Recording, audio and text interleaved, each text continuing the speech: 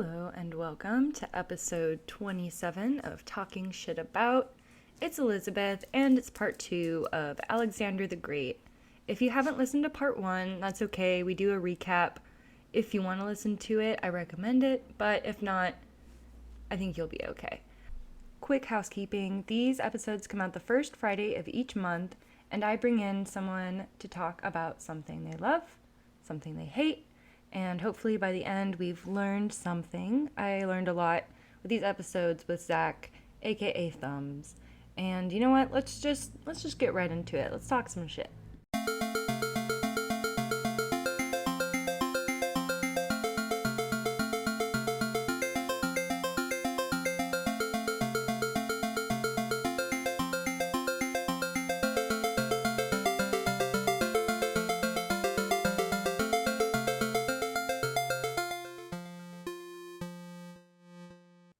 All right, folks, we're back with Zach, aka Thumbs. Welcome back, Zach. Hey, and I got a new microphone because I listened to the last episode and went, well, not doing that again. Yeah, no, this So one sounds so hopefully it good. sounds a little better. Yeah. Yeah, anything else exciting happened since the last episode came out? You got a new microphone? It's like 105 degrees. I'm just trying not to melt, really, more than anything else right now. Yeah, it's really hot here too. I have the window open because Gil has the fan in the kitchen, which is fair. And yeah, so you'll hear cars going by, but it's so I can breathe. So, yeah. Yeah, no, I understand. I am in an enclosed room right now and wondering how much it would bother people if I opened the window and risked the peacock noises. There's a bunch of peacocks on the property where I live. That just, for context there, I realized that might be needed.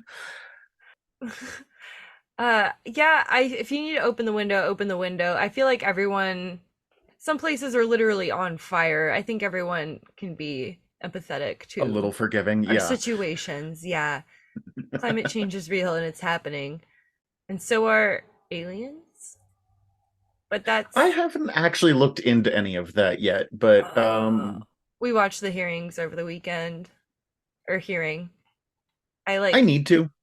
you should. You should Me of all make your people. come to I your own conclusions.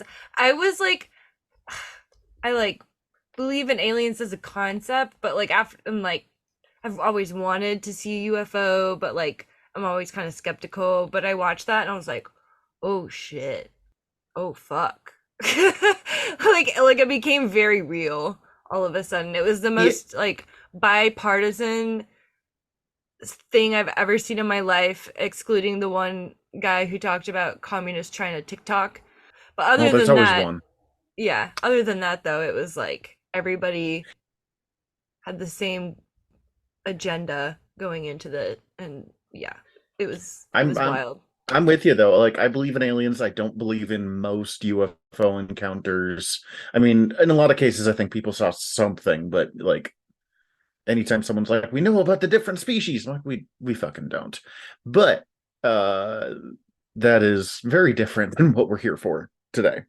Yeah, but I'm just like so excited about it and nobody's fucking talking about it and I was just like, guys, and I like tried to like sneak it into work today and I like texted one of my coworkers after I watched it. I was like, "Have you seen this?" And she was like, "No, because I don't like the government and I don't trust the government, so I don't watch that kind of stuff." And I was like, "Fair enough." And that was just all I texted her back. I was like, "Okay, shit, I Fair, but like also, but also like everybody, hey, like how fucking about this? I will watch the hearings and we can do an episode on them sometime.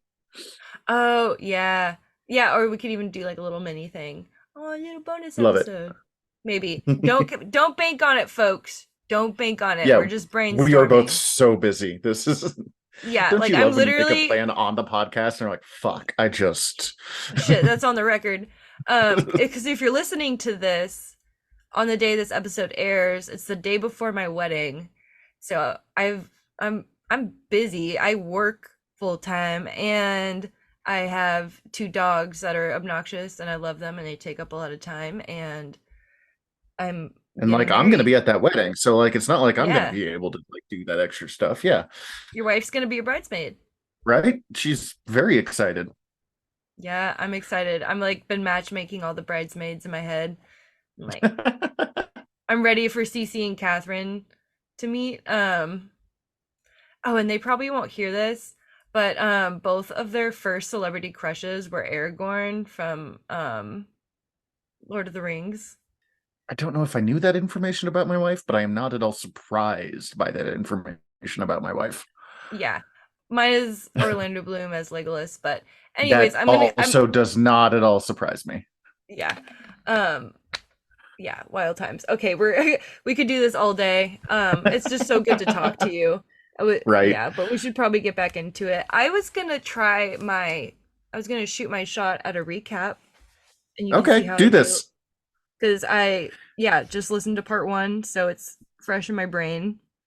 We Now, as a are, quick note, when we started yes. yesterday, or not yesterday, last time, you thought that Alexander was, you were about off by about 2,000 years, and you thought that he was important because he's the guy that decided fuck was a bad word. Yeah. I say that with love. I just think it's really important to No, like it show was how so much you've cringe to learned. listen to. But anyways, go on. Okay, so we are around 350 BC at the time this is happening, just around ish. Like we met, Zach mentioned in the last episode, Zach mentioned in the last episode that they were on a different calendar from ours because we use the lunar calendar and they use something else. And so time is iffy. But Alexander the Great was born in, okay, is it Macedon or Macedonia? It Macedon or Macedon or Macedonia, this is one of those things where it kind of depends on who you're talking to. We will Okay. generally be referring to it as Macedon. Okay, because I like Macedonia. So I might stick with that, but That's just fine. so I now we I all think know. they're both correct. I don't know. It feels like because I'm used to Macedonia, so it's like it just feels incomplete. But if somebody corrects me, that's fine. They can correct me. I'll try harder, but I really like Macedonia, to be honest. And that is I wrote down Greek, not Greek, and that's all I wrote about that. We talked a lot about Philip the Barbarian and his exploits, lots of wars with the Greeks and just siding with people and then flipping. And everybody thought it was a game, but he was like, no, I think he said flip the board. Um, Yeah. and then Everyone's like, also oh, you talked a we lot do of, these little alliances. And he's like, no, I'm going to conquer everything. yeah. And then you also talked about the Persian Empire as well and the Battle of 300 and lots of other little wars and battles. You also went into army formations. We talked about the hoplites, which I realized I recognized from Age of Mythology, which is one of my favorite video games, and I really want to get it. I don't know if there's a way to get it on my Mac. If somebody knows, email me at killelizabeth.pod@gmail.com. How can I get Age of Mythology on my computer? I want it. Um, They've re-released Age of Empires 2. They should have Age of Mythology. It is the better of the two games. oh, it's so fun. Cheat code Pandora's box. Cheat code Pandora's box. Um, God, I don't remember like so much from high school, but I can remember cheat codes from video games. But anywho's will be, we left off with Philip being assassinated, and his son Alexander takes the throne, and he is the son of Olympias, who is a snake witch, barbarian snake witch, Basically, I think. yes. Yes, Melosian Snake Witch, but yes. Melusian. Okay. It's Yeah, I not that prefer that. important here, but it just No, sounds cool. yeah. And then do you know roughly how old he is at the time he takes the throne? He is 18 when he takes the throne. Ah, manhood. 20 at the oldest. I have this down. It's not immediately in front of me. So his brain's So not we're fully actually developed. going, right? I mean, understand this guy dies at the age of 32. We are both older than he was by the time that he died. Huh. Wait, no. And I'm 29. how old are you? 29. Baby. Okay, so I'm older than he was by the time All right, you have 3 years to create the largest empire the world has ever seen. Beth, you can do this. I believe in you. I'll add it to my 10-year plan. Perfect. So, a little bit before we're going to actually start with the birth of Alexander, but before we go into this, we need to understand that Alexander is perhaps the most, I mean, he's definitely the most famous person in classic history. Like, you didn't know who he was, but you knew the name. Hmm. Um, I could talk about, Xerxes or any of 100 different names that I've read. Uh, Hammurabi created the law code, yada, yada, yada. And most people have never heard of it. Everyone's heard of Alexander. And this has been true throughout all of history. He is probably the most talked about person in human history. And everyone had their own take and their own agendas when talking about him, including Alexander himself. So basically, anything that we say that isn't, and then he conquered this city, might not be true, but it all kind of says stuff about the myth. We can't really separate the myth of Alexander from the man. uh for context, Alexander brought a friggin' press corps with him, and there was a bunch of contemporary sources, but we don't have any of those. The early sources we have are the Romans talking about him 300 years later. The Romans were using him as like, he's a prototype Roman. So when you read like the Roman sources, there's a whole lot of like seeing what the Romans think is important by what they're bringing up about Alexander. Different Christian groups will claim him or like define him. One set will, I think Nestorians, but I'm not sure off the top of my head, will claim him as like a pagan prophet, like setting the groundwork for Jesus of Nazareth and the coming Christian empires. The Catholics will bring him as this like, here's this example of the evils of paganism. Look what this monster did.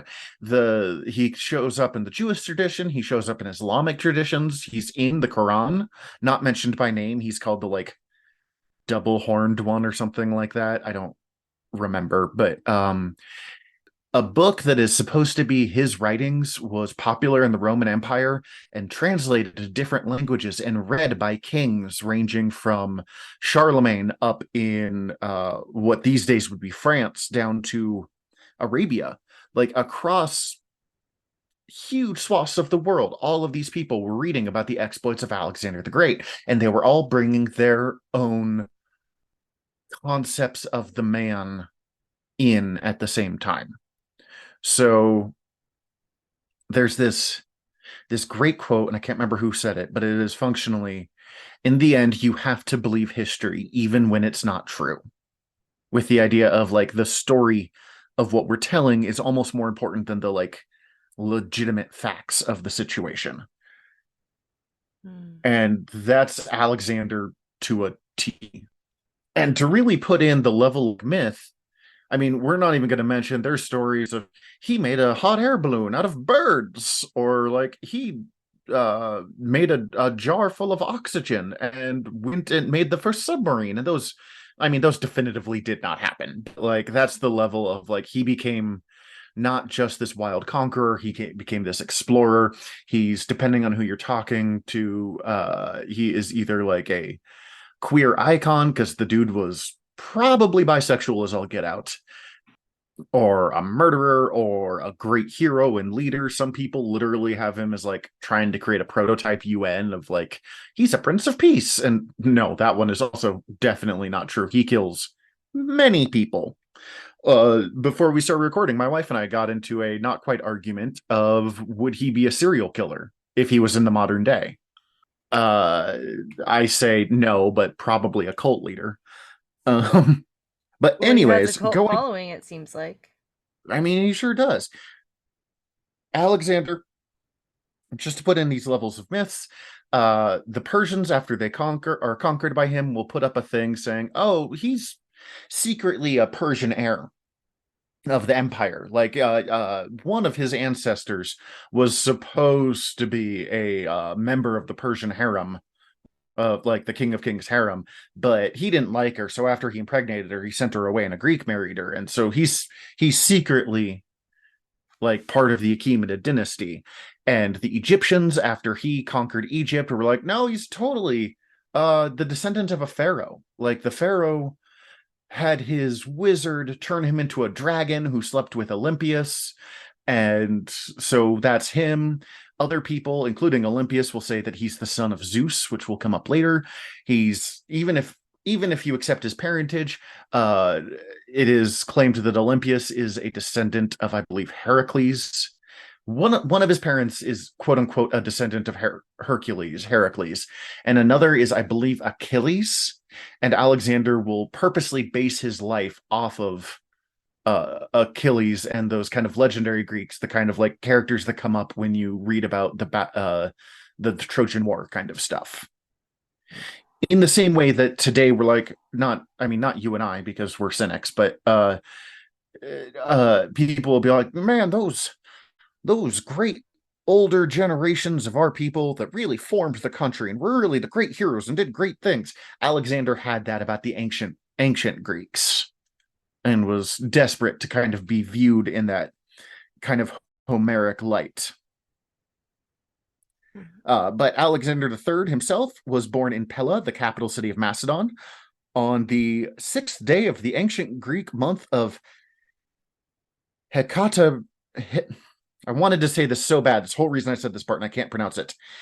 Hecatombion, Sure.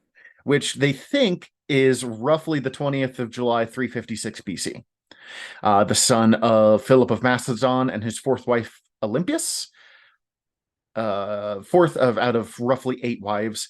Olympias was the primary wife, most likely because she gave birth to Alexander, who was, for whatever reason, Philip's heir in the main part. According to Plutarch, yeah, I guess so. He might have been the firstborn son or the firstborn son to survive. We have to remember the infant mortality rate was ridiculously high back then. Also, Philip was, according to legend, rather fond of men, so he might not have slept with his wives a bunch. According to Plutarch, the Greek biographer, Olympias had dreams that her womb was struck by a thunderbolt, which was the implication that his dad was really Zeus. It is unknown whether they actually believed that or not, but it's pretty accepted that she told her son a lot. Hey, by the way, your real dad is Zeus. Oh, great. Yeah. That's great for There's no way this kid had no chance, because also we're going to go with this other story of the story of Philip's day, the day Alexander was born. He was busy sieging a city and he gets 3 messengers. One of them says that his great general Parmenio has conquered, I believe, the Thracians, a huge victory for him. Another is his son Alexander has been born, his heir. And the third, that his horse has won in the Olympics.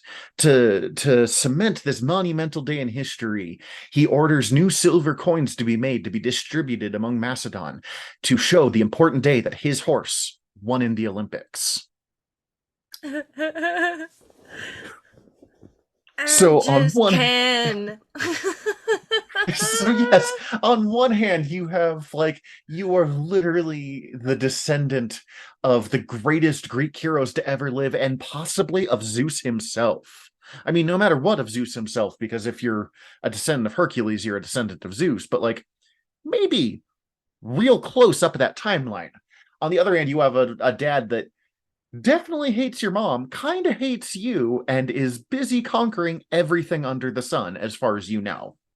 And Philip and Alexander will have this, from what I can tell, a definite love-hate relationship, because Philip is trying to train him up to be his heir, but also Philip cares about one thing, and that's Philip. And horses. And horses. So there's this whole like real back and forth.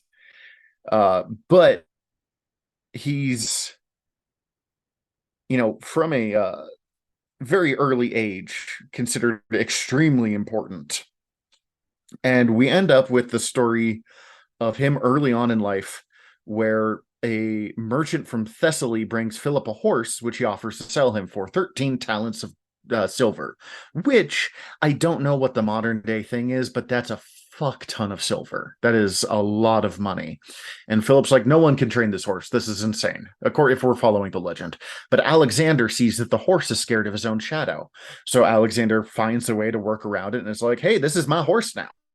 And Philip's like, holy shit, that's impressive. You have, trained the horse that no one can train.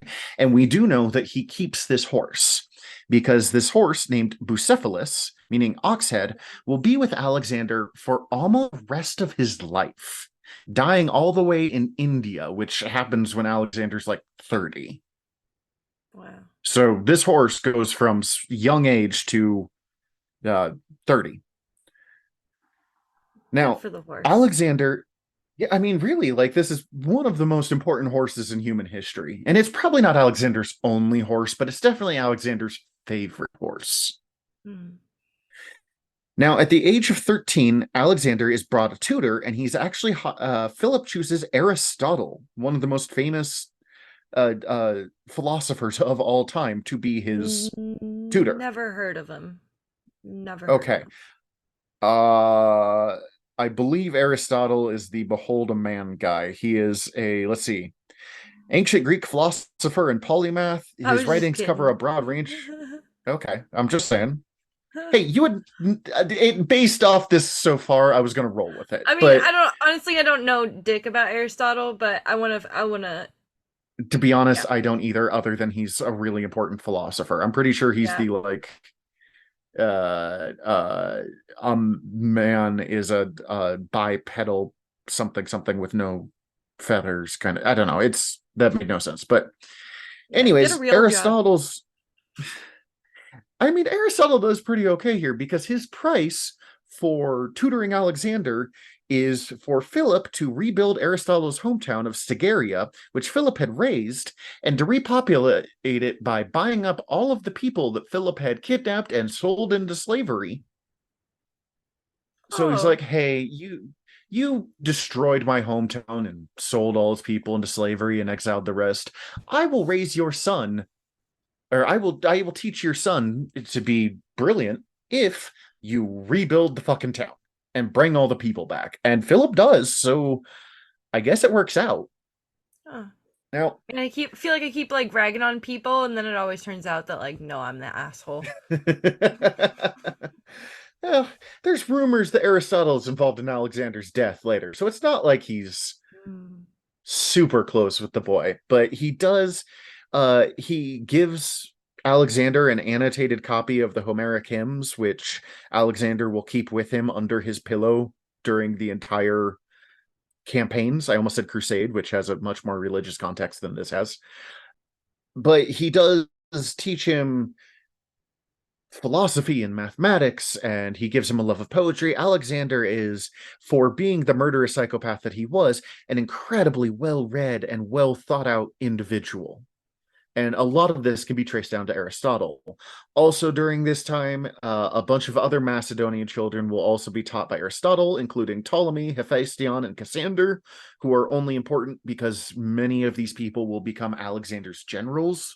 He's basically building his, like, coterie at this age.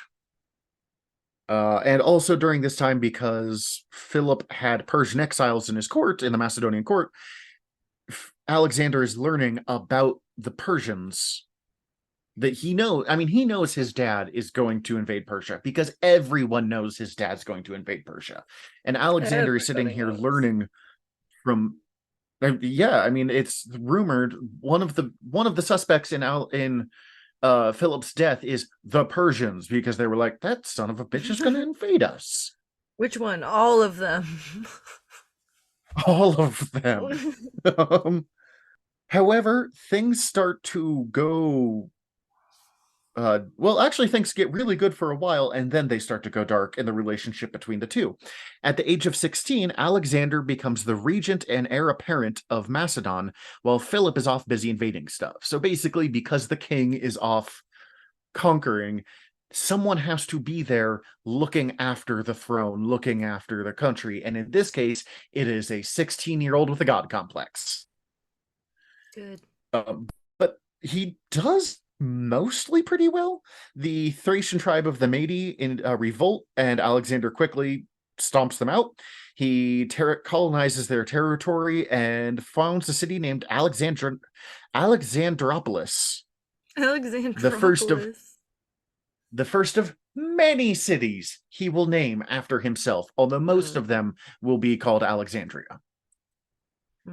Like Alexandria, Um, Virginia. Not the best. Not the worst. I Not the don't best. I don't think that's one that he named himself. I more Yeah, meant well, prove it. Alexandria in Egypt, but okay, fair enough. Upon Philip's return, Alexander starts going with him on stuff. During this time, they take out the Thebans and basically destroy them as a major military power forever. He's heavily involved in helping conquer many of the big Greek cities who hadn't yet fallen to him. It is possible, although I'm not certain, that if at this point is when he takes out the Gordian knot in the Oracle of Delphi. Now, I don't know if you know this legend, but there's this idea that there is this knot that is impossible to untangle, and there's a prophecy that the person who untangles the knot will conquer the world. Alexander, and I think this happens later on in his life, but we're going to roll with it here. Alexander untangles the knot, but the way that he does it is he takes out his sword and cuts it in half. And he's like, well, it's not a knot anymore. I did it. Philip is feeling a little challenged by Alexander at this point because his son is incredibly capable, but also like there's, as I said, the weird love-hate relationship, and their stuff gets really strained when Philip falls in love with a woman named Cleopatra Eurydice and marries her. Now, during which puts Alexander's mom in jeopardy because she's no longer the favored wife, which puts Alexander in jeopardy because he's no longer the son of the primary wife. Mm-hmm. Now, during the wedding, a general pops up and is like, "May you have a true Macedonian heir," because Cleopatra is a Macedonian, while Olympias is a Uh, Molosian. yes. So he's not full Macedonian, kind of whatever horseshit. Mm. But this very drunken general is like, "Hey, the gods should give them a legitimate heir." And Alexander apparently stands up and he goes, "You villain! What am I then, a bastard?" And Philip, who is drunk off his ass, because like Alexander will later, both of these men are highly fond of their wine cups, stands up, offended by his son being a dickhead to Attalus, who is the uncle of his new wife, and is ready to murder his son. But because he's drunk and pissed off, he trips and falls on the floor. To which Alexander apparently says, "See there, the man who makes preparations to pass out of Europe into Asia, overturned in passing from one seat to another." Basically, this guy claims that he's going to conquer Asia and he's too drunk to get from one seat to another. Like, this fucking moron, this is who you're following? Which is not a great thing to say about the king, let alone your dad. Yeah. So he flees and takes his mother to Illyria, where she hangs out with her, or takes his mother to Melosia, where she hangs out with her brother, the king, and he goes to Illyria, where he hangs out as an honored guest, despite the fact that he had helped conquer them a few years before. It might have been one of those kind of rules of the game thing I was talking about, of like, well, you won, good job, or hey, I conquered you, fucking do what I say. He seems scared that his dad's going to kill him, but honestly, Philip mostly seems to leave him alone. I think, like, I'm pissed, but I'm not going to murder you because you are still technically my heir. Mm-hmm. And they kind of make up a few years later when a Persian satrap, which means like a governor king, like you're not the main king, but you are a king, offers Alexander's half brother, also named Philip, his daughter in marriage. And Alexander's like, "No, you should have her marry me because I'm the heir." So obviously, hoping to gain some power. Philip hears about Alexander trying to swoop in on his brother's marriage and goes, "Alex, no, nobody. You have to marry people much more important than this random lady. You're my heir. And so I guess they decide that things are okay then, and Alexander returns to court. Man, they just love Um, stoking this kid's ego, huh? right? Like he, as I said, he doesn't have a chance because either they're going to kill him or don't care about him, or he's the son of a god, the future king of all the world, yada yada yada. Yeah. Now, in 336 BC, another Cleopatra, Philip's daughter, is going to get married. Philip goes there without his armor and is quickly stabbed to death. We talked about this last time. Stabby, stab, Now, stab. I still think the Persians are to blame on this one. That's one personal theory. But the idea that Alexander is to blame or his mother is actually like there's a really good chance that's true. Alexander was really pissed off because Philip was about to go invade Persia, but he wasn't going to take Alexander with him.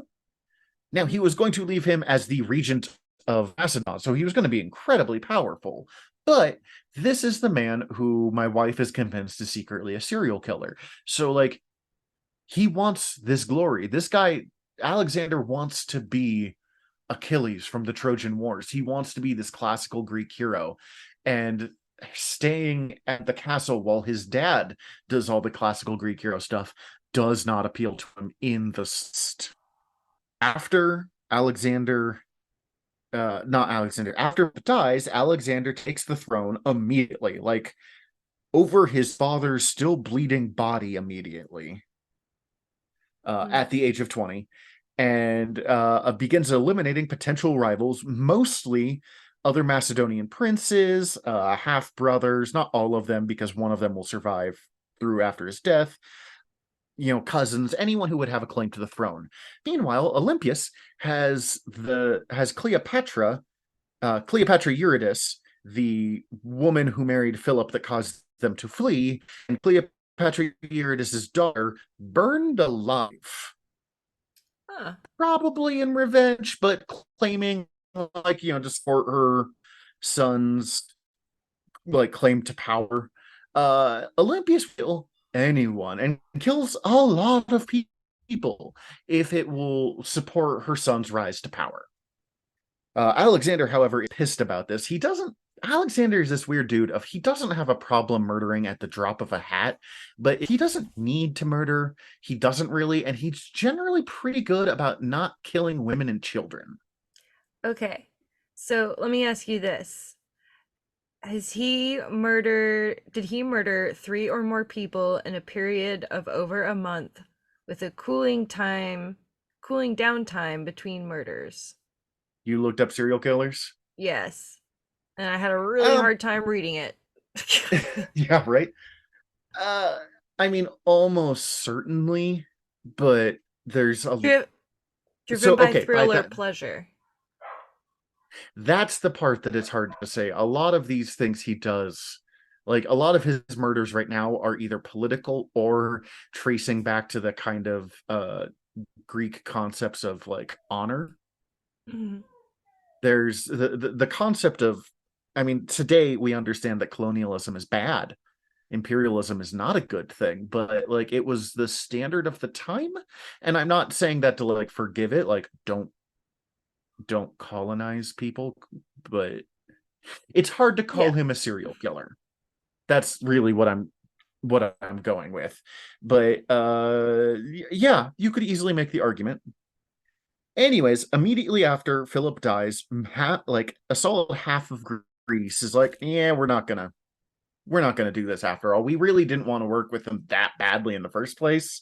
And now that he's dead, what the fuck is this 20-year-old kid gonna do? And the answer was create an army of 3,000 horsemen and run down all of the defecting people. Takes out he shows up 3,000 Macedonian cavalry and takes out the Thessalians, who were immediately like, oh, you're hardcore, we'll work with you after all. They with the Thessalian army, he marches down on Athens, who sues him for peace and rejoins the league that his dad had formed. And the Thebans say, no, I'm not going to do that. And he burns their city to the ground. Reasonable. No, but here we are. Now, during this time, he has a very famous encounter with a man known as Diogenes the Cynic. The Cynics is another philosophy group, and Diogenes lived in the belief that we shouldn't have civilization. We should basically live like dogs, to use some of his words. Uh, he lived in a wine jar, and understand that when we say a wine jar, we mean like a huge fucking like if you go into a brewery and see some of the casks they have that are like 10 feet tall, it's that kind of wine. He was known for pushing it around the Acropolis, like the main center of the town that he was living in, and for masturbating vigorously in it all throughout the day. I guess this man is important and famous, but he was important enough in his own time as a philosopher, despite that being his lifestyle, that Alexander and his friends went to go visit him. And Alexander is weirdly impressed by this strange, dirty, masturbating old man. And I don't know if he was actively masturbating at the time, but it comes up that was like his favorite things to do. And he's like, hey, is there anything I can do for you? And the cynic's response was, you can get out of the way, you're blocking my sunlight. And they leave, and being like, wow, that dude was shitty Alexander, his friends start like making fun of Diogenes, hoping to, I don't know, make Alexander feel better, or like, wow, that was a weird, dirty old man. Like, I don't know. But apparently Alexander was super impressed by him, being like, he's living his best life. Because there's the quote, but verily, if I were not Alexander, I would like to be Diogenes. So I guess Alexander had like, I mean, this is a man that had no half measures. So if I'm going to be king, I'm going to be the king of everything. If I'm going to not be king, I'm going to be a weird old guy in a jar. I think everyone should strive to be a weird old man in a jar. If you're going to masturbate, make sure it's in private, but like, that sounds like a solid private life. Is it if it's in the jar? Well, is it a glass jar? Is it closed Probably off? Not. God, I'm so warm right now. Imagine how warm that would be. Anyways, he eventually, after conquering more places, reclaiming places, decides that it is time to conquer the Achaemenid Persian Empire. Now, it's pretty much understood that his dad was going to conquer the Illyrian cities, which were Greek colonized cities. Like, the Greeks went out from Greece, founded these cities. They were conquered by the Persians. They're incredibly rich. His dad was probably going to conquer that, maybe some more, like set a real foothold and build probably a bigger empire than any Greek had ever seen. But conquering everything was never part of the whole game. Alexander probably didn't mean to conquer everything too. It's kind of thought that he conquered by accident. But there's a very famous story of as he's crossing the Hellespont, which is the land or the part of the ocean between the part of the water between Europe and Asia. He throws a spear from the base of the ship and it lands on the shore, and he goes, with this I claim all of Asia by right of conquest. Like, I threw this one spear, so all of this is mine now. Now, when we say Asia, we are talking about kind of Western Asia, pretty much west of Mongolia. We're talking modern day Iraq, Iran, down, I mean, Egypt is part of like the Mediterranean era, and some of Afghanistan, maybe down into India. We're not talking China. If the Greeks knew the Chinese existed, it would have been through the longest game of telephone ever, because you have to go across the Eurasian steppes, which is like where Mongolia is. You have to go through the Gobi Desert. There's just, it's basically at this point in history a different world. But so they're not really going to come up, but I wanted to mention them because anytime we talk about him conquering the whole world or conquering all of Asia, we know that he's not conquering huge swaths of Asia. It's just what they understood as Asia at the time. So he goes about conquering various cities, mostly sticking to the coast. He's conquering a lot of coastal cities. There are a lot of powerful navies, and he doesn't have a navy worth shit. So his answer is, I'm just going to take away all the places where they would berth, all the places where they would like resupply, and they can't do shit against me. The Persians set up what's kind of throwaway army and set him up for a battle at the Battle of the Granicus River. Now, the for Alexander, he cannot lose a single battle. If he loses, best case scenario, he goes home in defeat. Worst case scenario, him and his entire army die. For the Persians, this is on the border of their own. It's not a big deal. This is not even the main army. This is the local army that they're sending to take him out. And they almost win this first battle.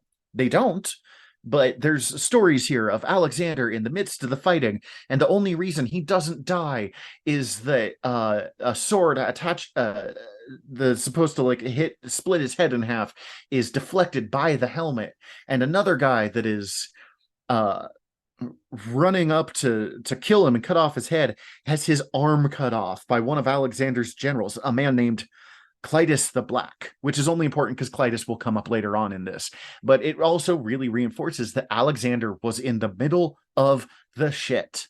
We talked about it last time. As a general, it was not uncommon, or as to be at the very front of the army. So when the Macedonian cavalry is charging in their kind of arrow point formation, he is the front of the spear. He is the very first person.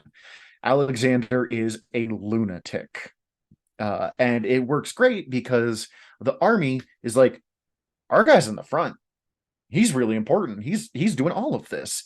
And but on the downside, it means that your chances of dying are really high. And if he dies, again, it's all like it's such a high risk, high reward kind of thing. Don't ask Oh, it's somebody to do something that you wouldn't do yourself. it's actually here that he takes care of the Gordian knot and is said to have the future king of Asia. It's also claimed around this time that and I heard this and I couldn't find it anywhere else, so I have no idea if it's remotely quote unquote true, that he found the tomb of Achilles and got super excited and stripped all of his clothes and ran around in circles naked for a while. That's what I would do. Yeah, also Alexander hasn't dissolved into full-on alcoholism yet, but he was always fond of the booze, so I could see a drunk man getting excited to find the tomb of his great hero and running around naked in his honor. He's going about conquering. If you are someone who likes listening to military history, this episode's going to drive you nuts. One, because I don't understand it. Two, because it gets kind of boring. Then he conquered this city. Then he conquered that city. Then he conquered yada, yada, yada. He's just assume anywhere we're going, he's conquering cities. Noted. Uh, Eventually, the great army of the Achaemenid Persian Empire is formed with the leader Darius not at the head, but with them. Darius is the king of kings. This is, in some places, some parts of this empire had not seen the great army in 150 years, which kind of is an indication of like how peaceful Persia was. It's a significantly bigger army than they had at the Granicus River. It definitely outnumbers Alexander and his people. And it's thought that they set up at a bad place for an army this size, so they can't use everyone, but it's still, they outnumber Alexander. And it's generally thought if you want to be guaranteed to win a battle, you want somewhere from a third to a half the number, or a third to half more the number of men that they have. So if they have 100 men, you want like 150, except like up that by a factor of 10. So being outnumbered and going in is never a good thing, and Alexander was almost always outnumbered. They were so confident that Darius was going to win this that he brought his family with him, his mother Sisygambis and his wife and his two daughters.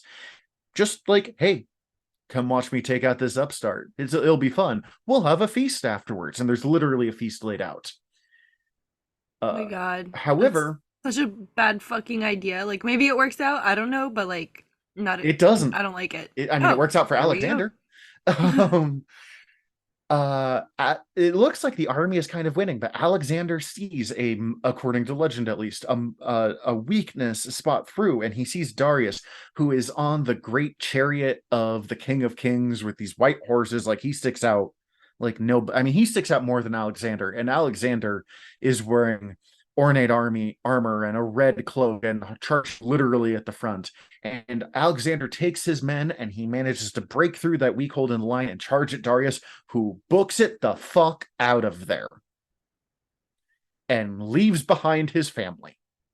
The army collapses and retreats because holy shit, the King of Kings are like semi-god. He's not a god, but he's the closest thing there is to a god. Just ran the fuck away from this guy. I heard a comparison once that to the Persians, Alexander the Great was like Darth Vader, like just the scariest thing under the sun to them. And Alexander claims not just Darius's family, but all of the fabulous treasure that he also brought with him. Because he brought his stuff and this whatever. Now, interestingly, Alexander is reputed to have treated Darius's family extremely well. Sysigambis becomes like his bestie girlfriend, sort of, like not like romantic girlfriend, but like you're my kind of mom and we're gonna hang out and dish and like be buddies. Which I just kind of love. And she apparently is, when he dies later, so I'm just going to completely ruin this mood. She is so sad that she dies herself. I don't know, through suicide or what. I wouldn't be surprised if that was the case, because Alexander might have treated her well, but his generals would not have. Alexander, yeah, I know. Alexander then proceeds to conquer the rest of Syria and most of the Levant, huge amounts of the important territory in the Persian Empire. Darius sends a kind of snippy letter being like, "Give me back my family. I'll give you like 10,000 talents of silver, like already so much fucking money." And Alexander, and he's like, "And I'll let you keep like a third of the empire." And Alexander goes, "But I already own a third of your empire. Like that, I already have it. You're just giving me what I already have. And I mean, if you want your family back, that's fine. But you don't get to make demands of me. If you want it back, you come talk to me as you would the ruler of all Asia, and then I'll just give them to you." So basically, like, you're my bitch. I own you. If you want your family back, great. I'll even give you like money and stuff, and you can be basically a satrap. Like, I'll give you stuff. I'll treat you well, but you have to admit that I won and I rule it all now. There's another story that he offers him, as I said, like a third of the empire and a bunch of money. And Parmenio, one of Alexander's generals, who had been Philip's general before that, the guy who had conquered a major victory on the day of Alexander's birth, goes, "That's a great deal. I would take that if I were Alexander." And Alexander, whose ego is beyond control at this point, goes, "I would too if I were Parmenio. Like, if I were a lesser man like you, sure, I would totally take this deal. But I'm Alec fucking Xander." He tries to he tries to get the city of Tyre, the island city of Tyre, to let him in. And it's I've heard a different version of like, "Hey, you should just join my empire. Like, you should just join me," because a lot of cities were at this point being like, "Yeah, you're gonna fucking kill us if we don't just join you, so sure, we'll join you, whatever, less death that way." Another one was just that they had a temple of Heracles there and he wanted to go pay respects because that's his ancestor, and they told him no. But either way, this island city thought they were safe because they're an island and he doesn't have a great fleet. Turns out they're wrong, because his solution is, "I'm just going to build a giant fucking bridge from the mainland to this island." And he does it. And it takes him like 6 months to a year, but he conquers the island of Tyre. It is considered probably some of the most violent he ever is, because usually he doesn't, raise the city, kill all the men, and sell the women and children into slavery. But Tyre pissed him off. Also, he's a massive egotist, and he is still drinking. However, he's scary enough that basically most of Egypt is immediately like, yep, sounds good. You own us now, other than Gaza. But he ends up taking them out too. He conquers all of Egypt. The Egyptians love him, according to the legend, because they never liked the Persians very much. He goes to not a prophecy, a people who put out prophecies, an oracle who declared that he's secretly the son of Zeus Ammon, which is, Zeus and also Ammon, the sun god, one of the major gods of the Egyptian pantheon. And he will spend the rest of his life from this point on referring to himself as the son of Zeus, the son of Ammon, instead of the son of Philip. Poor Philip. Philip's dead. And he was not the best dad, sounds like. No. So that's fine. But at this point, he is starting to freak out the Greek and Macedonians who are with him, because he's not just the general of all of the Greek armies. He's not just he's also now the pharaoh, and he's claiming other kingships, and they're like, we don't like kings in the first place, and now you're a pharaoh and a king and a general, and how are you doing all of these things at the same time? The answer is not incredibly well. He left a lot of people behind, but to rule in his stead. But in a lot of cases, Alexander, in my opinion at least, was mostly in it for the conquering. He will kind of start to come up with the empire he wants to make, but he'll definitely die before it ever happens. Yeah. Also, remember, the Greeks and the Macedonians, they use the argument, oh, we're just getting revenge for when they invaded us 150 years ago. And so they thought they're going to go to Persia for like a couple of years, do some conquering, make some money, go home, be nice and rich. And they're now several years into this experience and being like, hey, so we're conquering all of Persia. You were serious about that. That's okay. I guess we'll keep walking. Because, his foot troops, his hoplites, have now walked from the Hellespont up near Greece down to Egypt, and they're not even halfway done. Aw, poor guys. During his stay in Egypt, before he leaves, he founds the city of Alexandria, which will become the capital of Egypt after his death, when his general Ptolemy will end up taking it on and form the Ptolemaic dynasty. Alexandria is most famous for the Library of Alexandria, which will burn down and is thought to be one of the greatest hubs of knowledge of the ancient world. From there, he marches towards the Achaemenid Assyrian homelands, which is in Upper Iraq, which is, again, a long way for people to walk. During this whole time, there's supply trains of gold and treasure and women and people just following along. It's become this massive endeavor. Now, in the Battle of Gaugamela, one of the biggest battles he'll ever face, he once again defeats Darius and forces Darius to flee the field. Darius has now run from Alexander twice and is just a broken man. He will never be able to form an army to challenge Alexander again. But he's not captured. However, Alexander will go on to capture Babylon, which has been one of the most important cities for thousands of years and will be another important city for at least another 500 years. Babylon is, today we refer to, like, Babylon's kind of like a term for, like, great, beautiful, like, oh, it's like almost like a paradise in some places. There will be a story that he will be very impressed by the Hanging Gardens of Babylon, which is considered one of the 7 wonders of the world when he enters. That is not true at all, because the Hanging Gardens of Babylon didn't exist. We've uncovered most of Babylon. They're not there. There's no signs of Hanging Gardens. It probably existed in Nineveh, which was destroyed centuries before Alexander's birth, which is really not important, other than that's another place. Alexander comes up everywhere. Oh, this destroyed city, this destroyed great wonder of the world? No, we totally know it's true because Alexander saw it. He will then go on to Susa, which is the Achaemenid Empire's capital, where he will quickly burn it to the ground, or at least the Persepolis, which is the ceremonial capital.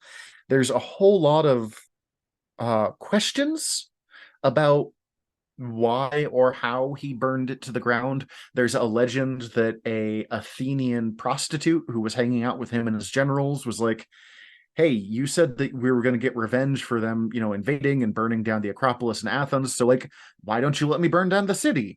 And drunken Alexander's like, that sounds like a great idea. There's another argument that he was attempting to basically be like, I have destroyed the old dynasty. There's, accident or drunken accident or like shrewd political argument. I've heard arguments on all sides. I like the drunken thing because he really, like, we cannot understate his alcoholism. He does try to stop it burning after he realizes that he's burning down much more than what he thought he was, and he burns down a large portion of the city. And people are like, maybe you should stop burning down the stuff that you own. That was yours. And he's like, yep, okay. He continues traveling east, heading towards Afghanistan. His soldiers are definitely going, what the fuck at this point? But he's like, no, we have to catch Darius. While Darius is still not there, like, we don't have him, he's still a threat to me. So Darius is escaping, and he's taken prisoner by a man named Bessus, a satrap and kinsman of his, a governor. And Bessus murders Darius and leaves him to die in the hopes of making... Well, it varies. He immediately declares himself the next king of kings, Artaxerxes IV, but other people think it was in hopes of making Alexander happy. See, you don't have to kill me. I killed Darius for you. According to legend, Alexander finds Darius still bleeding to death, and that while dying, Darius names him as his successor to the Achaemenid throne, being like, you were an honorable man, unlike the person who just killed me and declared himself the successor. You are now the next king of kings. And that, again, is almost certainly not true, but it was an interesting way of, he's been conquering all this place. He's been rolling in as this like great outsider conqueror, but he's now not just that, he's the successor to the people who were there before. So he has a divine right to do this in different ways. He's not just claiming stuff by right of conquest, but like the fallen leader that he defeated chose him because that guy recognized his greatness. It's pretty savvy political maneuvers for this drunken weirdo who at this point is like 25, 26. What was the And then highlight he of my decides day? that he... Yeah. Somebody didn't yell "fuck you" at me. They smiled, because normally they say "fuck you," and they smiled at me today, and that's like, just to put it in perspective, like my interactions as an everyday human versus this fucking guy. Right? Like, I took a nap today. Jesus. That was... Yeah. Sorry. Now, at this point, Alexander starts going onwards, but it's no longer we have to catch Darius. It's now we have to avenge Darius because Artaxerxes killed him dishonorably. It's possible that he kind of believed this because, like, he really liked Darius's mom. And there was this weird thing in the ancient world about, like, I need the people that I conquer to be incredible and capable and moral people because it shows off what a badass I am, because it means I'm more incredible and capable and moral than they are. I'm not sure why morality was part of it, but sure. He starts invading Afghanistan, which is never a good time for anybody. Afghanistan has been a problem since people started showing up there. If you're not from Afghanistan and you go into Afghanistan, it goes badly for you. It's kind of like invading Russia during the winter. During this time, Alexander starts adopting much more Persian elements. They're described as Persianizing him. He's wearing Persian clothes. He tries to do the custom of proskinesis, which is it varies. Some people say it's like people need to grovel before him. Others say that they need to like kiss his hand or like blow him a kiss as like a sign of respect. The Greeks straight up refuse to fucking do this. They're like, you're not... Good for them. No, fuck off. And he actually ends up stopping eventually, but it ends up being a problem. People try to kill him over it. A officer, Philotas, tried to have or was failed to warn him of a plot against him. So after the plot failed, Alexander had Philotas killed, and then he had Parmenion killed, his general that has been around for. I mean, this is the fourth time we've talked about Parmenio, because Parmenio was Philotas's dad, and he's like, well, I killed his son, so he's going to be mad. So I guess we'll kill Parmenio too. Man. That makes sense. And there was a thing, Alexander was kind of trying to like push out his father's generals at this point, because his father's generals were like, no, I've known you since you were a baby. Fuck off. Like, I'm not going to listen to you. And he's got, I'm becoming a god. I want my boys from my boarding school, like Ptolemy and Hephaestus, to like hang out with me. I think I got that name wrong, but either way. Yeah, he wants fresh blood. He wants fresh blood, who he might be fucking. It's really there's at least one of them that he would almost certainly had a sexual relationship with at some point, and possibly at a lot of points. He ends up killing the man who saved him at the Granicus, Clitus the Black, during a violent drunken altercation. Clitus had been one of his father's generals, had been with him forever, had saved his life during the Battle of the Granicus River. That person had been about to cut Alexander's head off, and Clitus rolls in and cuts off that guy's arm before he can cut off Alexander's head, is the story. Who knows if it's true? And Alexander is decided that he is going to send Clitus with like 16,000 troops who had formerly worked for the Persians but are now working for him, to go take on the steppe nomads in Central Asia. Now, the steppe nomads of Central Asia is the same people where the Huns come from, where the Mongols will later come from.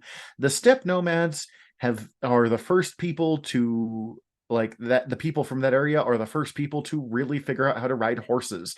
They were a problem from like 3000 BC up until the invention of gunpowder. They were always a problem. So Clitus had twofold reasons of, one, I just don't want to go fucking do that. Like, that sounds terrible. And two, he feels like he's losing power because he's being sent away from the king, and he's being sent with these like troops that didn't used to be Alexander's. He thinks they're like substandard troops. He's in his mind being disrespected.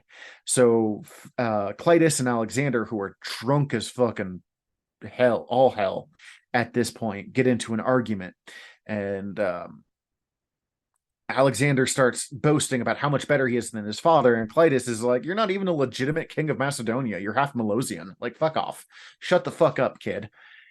And Alexander tries to have him arrested, but the guards are like, no, you two are friends. Calm down. Like, sober up. Deal with this shit later. We're going to get him out of here. But the drunk-ass Clitus gets away from the guards and runs back into the feast chamber and throws an apple at Alexander's head. So Alexander grabs a javelin and throws it at Clitus's and murders him. Only to sober up later and be like, oh no. Yeah, maybe it was a little much. I did not mean to do that. One version I heard, he didn't even realize he had killed Clitus. Like, he woke up with a huge hangover and is like, where's Clitus? Bring me Clitus. And they're like, yeah, about that. Oh, God. He's inconsolable for days, just falling apart, probably continuing to drink, won't leave his tent, yada, yada, yada. At this point, it is almost 10 years in. Macedon has been ruled by a guy named Antipater, who is busy arguing with Alexander's mom the whole time because him and Olympias hate each other. And Olympias is really, as I said, ready to kill at the drop of a hat. So being in an argument with her is very dangerous. Her and Antipater are both sending Alexander bitchy letters about each other. And Alexander continues on his thing. He decides that he's going to head into India. Now, there are people that argue that this makes sense. The Persians owned part of India, so like he's just trying to claim more of it. The predominant theory is that at this point, Alexander has straight up become addicted to the thrill of conquering. And it's thought by the Greeks that they thought that the end of the world was close by. Like, we've gone so far. We've been walking for 10 years. We've walked from Greece to India. Jesus. And every time they're like, we're going to find the end of the world soon. They keep finding more stuff. India is fucking terrible for them. The Greeks are not prepared to deal with it. There's elephants there, which are a big problem for them. The elephant is a constant problem for the Hoplite formation because it's a bunch of people in tight formation, and an elephant is an elephant. Yeah. Also, there's a shit ton of poisonous snakes in the Indian jungles. They're losing people left and right. Alexander keeps being like, okay, now we're going to cross this river. Now we're going to go this. Oh, what if we went this place? And they finally straight up refuse to go any further. Good. Jesus Christ, dude. Like, go home. Go No, home. and that's what they're saying.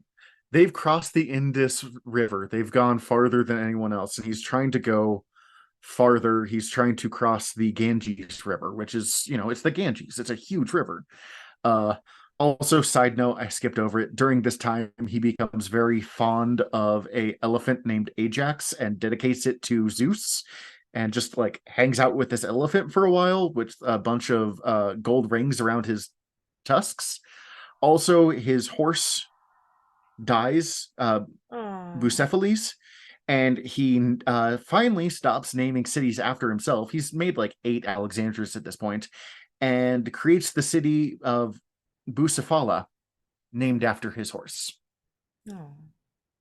Question, real quick. But anyways, yes. Oh, have there been any women involved yet? Like, has he fucked? Yeah.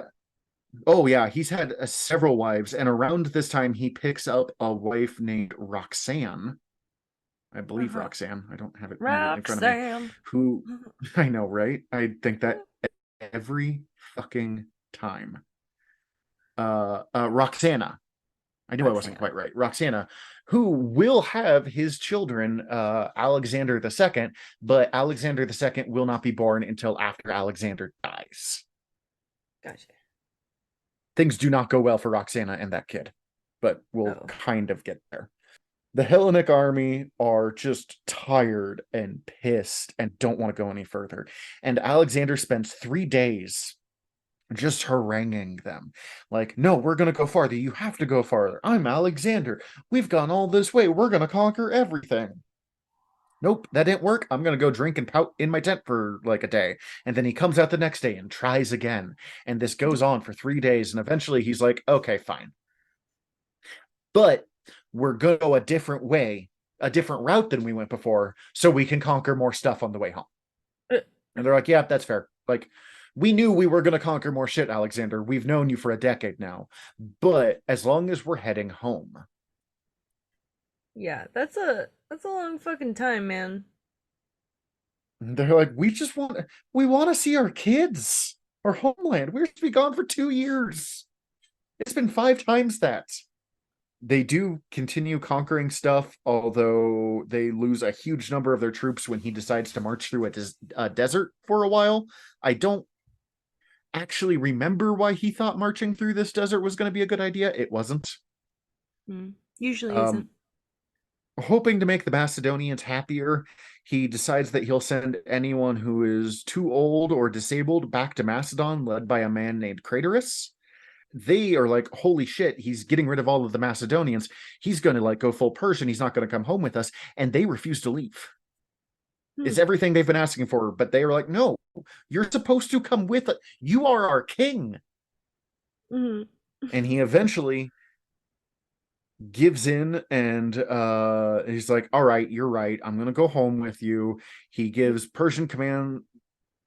He gives various Persians command posts in the army, but he gives them Macedonian military titles to really like reinforce, like, no, this is still Macedonian. I'm still Macedonian. He's not really anymore. Alexander was never going to hang out in this little backwater country he's from, but the Macedonians are like, oh my God, we were so wrong. Please forgive us. We thought you were going to abandon us. And he has a banquet with several thousand of his men. He just like, the whole army gets a banquet. I'm going to eat them. eat with them, not eat them, Jesus Christ. It's like, damn. And and during this time, he starts holding mass marriages of his senior officers to Persian women and noble women, with the idea of he really wants at this point to create a new empire that is a mix of Persian and Greek civilizations. It doesn't work. None of these marriages last longer than a year, and particularly after he dies, they just are like, all right, get rid of the lady. Ugh. He visits the tomb of Cyrus the Great, the founder of the Achaemenid Persian Empire, and finds out that the guards of the tomb had desecrated it, hoping to make him happy. Instead, he has them killed because he thought Cyrus the Great was fucking awesome. Huh. Everyone thought Cyrus the Great was fucking awesome. If you Is that were what a we call him, conqueror the Great? before, yeah. I mean, honestly, before Alexander, Cyrus the Great was the greatest conqueror of all time. Like, he's an incredibly important human being. At this point, he is almost entirely coming apart. He is wildly drunk. He's coming up with new places to invade. He wants to go down to Arabia. He wants to conquer large swaths of Africa. There's arguments that he's going to go west into like Italy and conquer more of Europe. The Romans were obsessed with this idea that he was going to move in and they were going to have to fight him and they were going to beat him, which is such horseshit. The Roman army of the time didn't have shit on him. Also, during this time, one of his closest friends, whose name I'm trying to find here, dies. And he completely... Hephaestion, he definitely had a sexual relationship with when he was younger, which was common with the Greeks. It was quote-unquote uncommon to continue the sexual relationship when you became adults. It's almost certain that him and Hephaestion did. And he, when Hephaestion died, he really started to fall apart. Now, on his way home, he himself dies, and why he died is one of the greatest mysteries of all of history. He either got like malaria or typhoid or yellow fever or meningitis or anything, West Nile virus, or he was poisoned because poison was super common in the area that he was, and his generals were super murderous. It's thought that Aristotle might have been involved with it. It's thought that the guy who had been running Macedon in his place was who had been recently summoned, like, you have to leave Macedon and join me. He's like, oh, he's gonna fucking kill me. Like, oh my god, I gotta kill him. But it is very a like anticlimactic way to die. I was just like, oh wait, that's it? Where? Don't worry, No, it no, will no, still no. be extra as all fucking No, get no, out. But yeah, he just no, I just fucking meant like his life dies. is over. Like, oh, he's dead. Basically, yes. He Okay. spends 5 days like hovering on the edge of death. I mean, several people think that he just drank himself to death. His army like insists on all of them like filing past him so they can see him one last time. They're fucking obsessed with this man.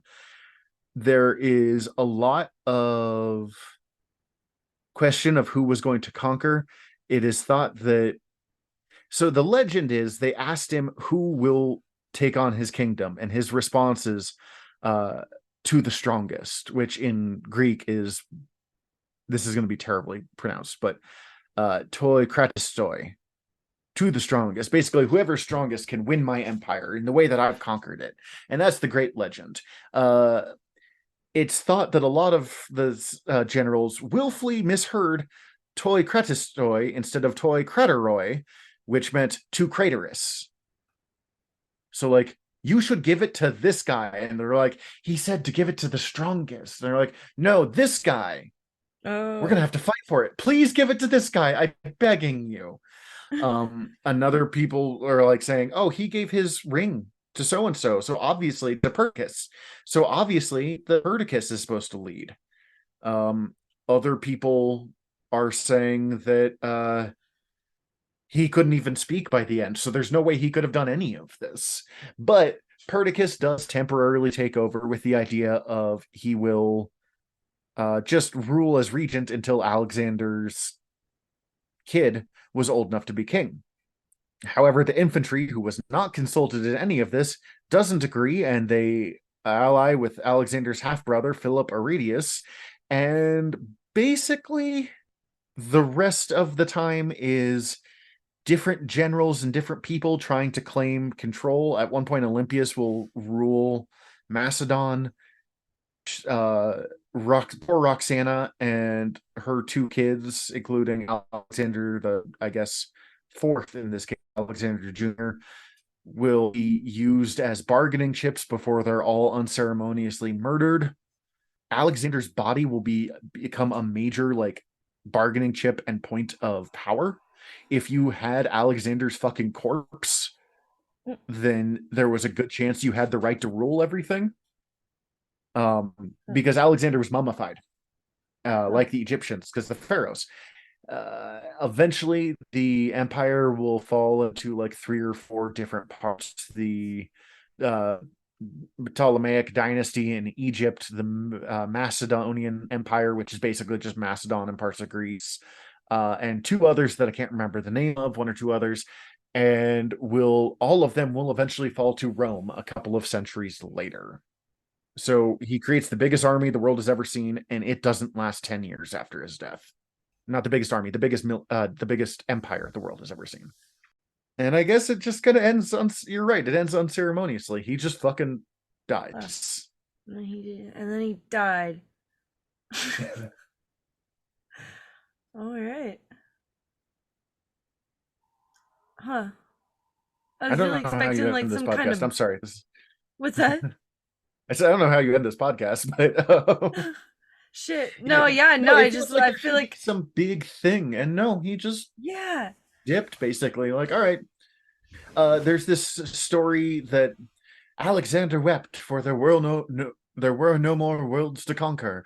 And that's not true, because there's a lot more area to conquer, and he was already working on it. But it became this the Romans had this idea of boundless empire. No one could stop our empire. And they had the idea that Alexander had that same dream. And it becomes kind of, this is where he becomes myth. So it ends abruptly in the real world, but I mean, it's 2023 and we're still talking about him as now. So he kind of doesn't. I mean, he dies, but he kind of doesn't at the same time. Yeah, I bet he'd be fucking stoked. Oh, Like, oh I shit, think there's he'd a be like, fucking podcast episode about oh shit, there's I this named after me. Like, I think he would be confused that people are surprised about that. He'd be like, "Of course you're talking about me. I'm me." oh, yeah, that's true. I'd be like, why does this bitch not know who I am? Why does she think Yeah. I'm some guy that doesn't like swear words? You think he swore? I'm sure he swore. He was a Probably drunken swore. asshole. Yeah. Not so great. He was great in some ways, but wasn't a great death.